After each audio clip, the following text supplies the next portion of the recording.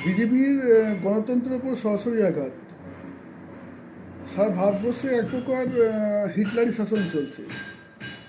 আর নির্বাচন যত এগিয়ে আসে বিরোধী রাজনৈতিক দলের ওপর ইডি সিবিআই হানা এগুলো চলতে থাকে। এগুলো হচ্ছে এক প্রকার মেলাইন করা বিরোধীদের। আর সবচেয়ে বড় কথা হচ্ছে এর জন্য গদি মিডিয়া আর বিজেপির আইটি সেল রয়েছে, এটাকে নানাভাবে প্রচার করবে। কিন্তু এতে কোনো যায় আসে না। বাংলার মানুষ উচিত জবাব দেবে, ঠিক সময় মতো উচিত জবাব দেবে।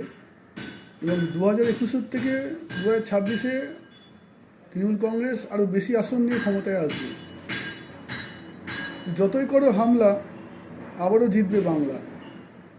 তো বিজেপির কাজ বিজেপি করে যাক, ঠিক আছে। বাংলার মানুষের কাজ বাংলা মানুষ করবে।